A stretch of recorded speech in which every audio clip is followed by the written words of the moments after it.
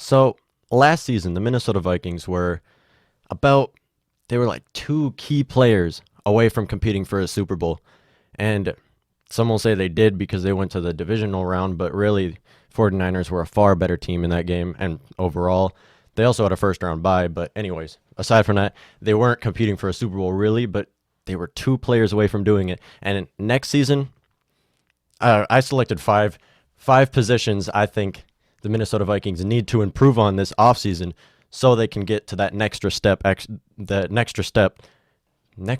hell am I saying? That extra step next year, and then so they can really compete for a Super Bowl.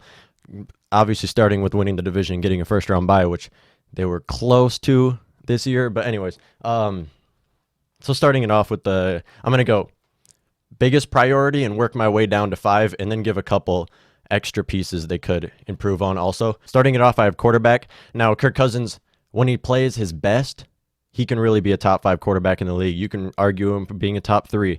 Actually, probably not a top three. You can argue him being a top five quarterback in the league when he plays at his best. But when he's uncomfortable inside the pocket, like when he plays against the Green Bay defense or when he plays against the 49ers defense, we've seen him really uncomfortable and he kind of scrambles, takes sacks, and really just throws lobby passes. So he plays good with a chip on his shoulder too. Like people say 0-9 on Monday Night Football and he can't win the big game. He won a big game against the Saints in New Orleans. That's even bigger than winning a Monday night game. And he played very well against Seattle. Even though they ended up losing the game, he played great that game. It was the defense why they lost that game. Anyways, or also Stephon Diggs. But anyways, getting a quarterback, I wouldn't take a quarterback in the first round unless if you're going to take Justin Herbert at 25 or if Tua is at 25. The only way Tua would be available at 25 is if there's a lot of red flags that are shown in the combine about his health and whatever. A lot of teams could skip on Tua because of how he would look in the combine. In the combine, if his health is a very big issue and there's red flags, teams could pass on him and he might be available at 25. That's probably just my optimism though. Anyways, if they're not taking one of those three quarterbacks, don't take a quarterback in the first round. In fact, I wouldn't take a quarterback in the draft if it was up to me. I'd take probably Marcus Mariota or Jameis Winston in free agency, someone that's still has a lot of years ahead of them and have had the starting job and can really compete for Kirk's starting job. So Kirk would have to play to his full potential all season to try to keep his job. Or they could take a quarterback. If this was me, I would take a quarterback maybe in the third round, maybe Jalen Hurts, someone who can really play for Kirk's job, because Sean Mannion is not doing that right now, because there's no way they're going to start Sean Mannion over anyone. I don't even know why he's in the NFL. Anyways, so yeah, number one, quarterback. Take one in free agency or take one in like the third round of the draft. So next up, defensive interior. We need help on the defensive line. I mean, it isn't clearly the biggest hole on this Minnesota Vikings team, but Jaleel Johnson, he can definitely keep the starting position. When they rotate in their backups, they're doing nothing. They can't get to the quarterback on the inside. The only way they get to the quarterback is when they blitz Harrison, or Danielle and Everson get there. They don't have any pass rush on the interior side of it, which leaves a big wide area for the running back to go all the time. There's just a clear path that they open up in that defensive interior line. So a defensive interior player like Javon Kinlaw, Jordan Elliott, someone in the first round who you can take and they're a big guy. They can stop the rush or stop the run, and then also get by their offensive player and then to the quarterback, because there's no pass rush on the defensive interior on the Vikings. So I'd say take one in the first round or the second round of the draft, and that's probably it. I mean, you just need one star player because you can rotate other ones in. Jaleel Johnson was doing well. I can't remember the other guy's name. Was doing well. Linval Joseph has a few more years ahead of him. But yeah, Linval Joseph isn't going to be there for another contract, if it was my opinion. Or if it was me in charge. Even though that's my favorite player. I have a jersey of him. I love Linval. So don't call me a Linval Joseph hater because I have a jersey right here of him, and that is my favorite player on there. I just wouldn't give him another contract. I love the guy, but he's getting old. He didn't play very well last season. Well, he played average last season, but didn't live up to his contract last season. Anyways, so after that, I have corners. Now, this is the biggest hole in the Vikings offense. I mean, the Vikings team. But the secondary is not that bad. I mean, Jaron Kearse played well as a safety. Anthony Harris had a blowout season.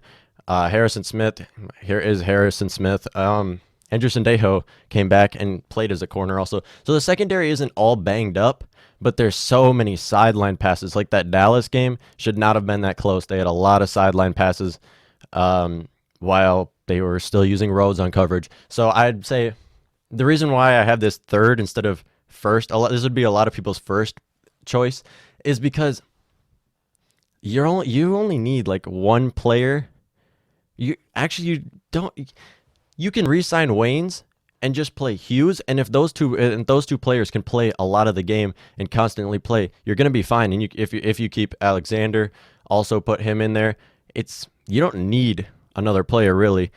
Although it's weird because I would take one in the first round too, and let a couple of other ones go. But you just need to get Rhodes out of there, and your corners are just far better. Or your corner is not as big as a hole in the team. So next up, obviously, this is every season, offensive line. Kirk Cousins just sits inside the pocket, so he needs all the protection he can get. I mean, Garrett Bradbury, he just had his rookie debut. You can't really rank him yet, but he's built like he has a big career ahead of him. So Garrett Bradbury is obviously going to be starting next year. Pat Elflein, get someone to at least play for his job. Take a new left tackle in the late rounds of the draft, or take his job instead. So just get bent. If you take Elflein, bench him. Garrett Bradbury is gonna improve. Brian O'Neill is gonna probably play the same and then get injured again. So, but that's all you really have. Like, you can put more players on that offensive line. They need more players on the offensive line.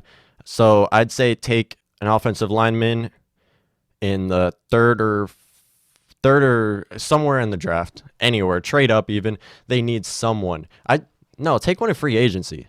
Take an older player. Take someone who has a lot of experience, because they have to go all they can next year. So I'd say take offensive linemen in free agency for sure.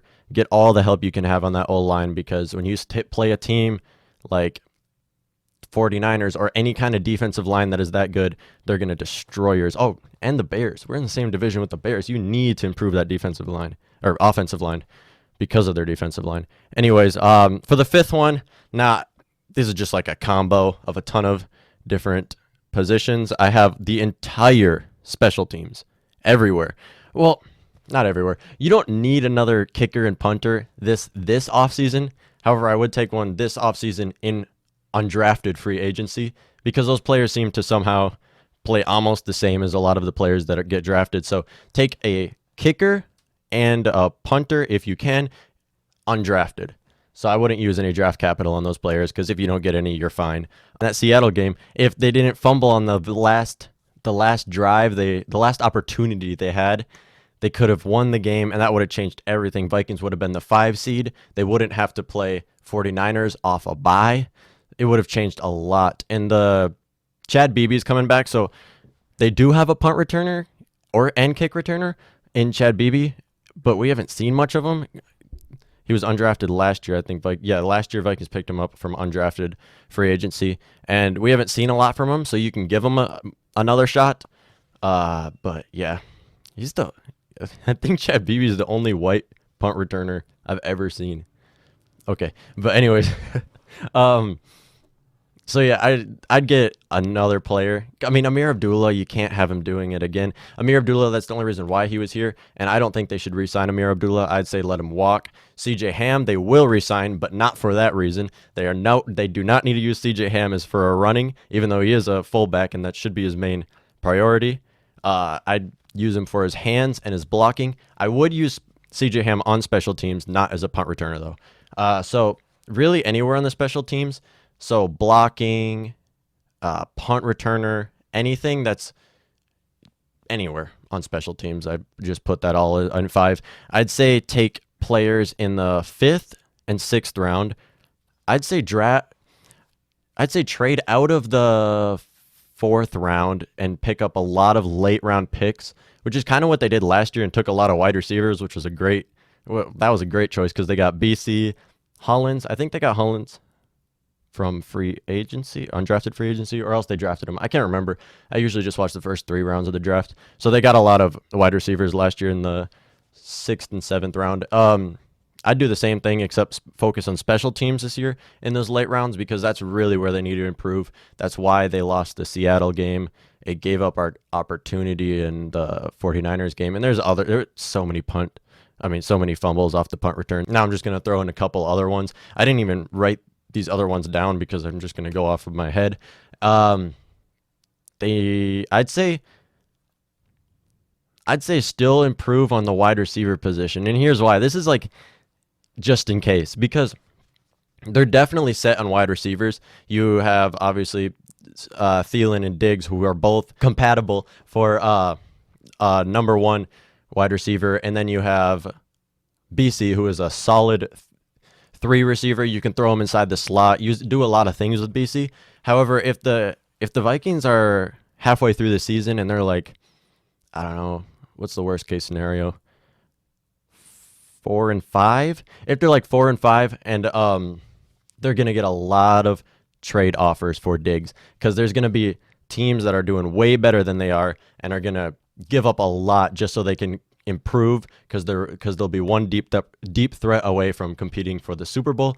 Like what the 49ers did. They were surprised how good they were this year, so then they traded for Emmanuel Sanders from the Bengals, and I feel like there's going to be a team that's doing that and will give up a ton for Diggs. I mean, Diggs is worth take one of the big trades someone's trying to offer, and then once that happens, you can have Thielen obviously being the 1, BC being the 2. That's kind of rough though, but it's okay. They'll be in a rebuilding phase anyways, and then you can have a solid 3 that you can try to take in the draft. I'd say 5th round, taking a wide receiver. Let me know down below what you guys think they should take, where they should improve. Till next time.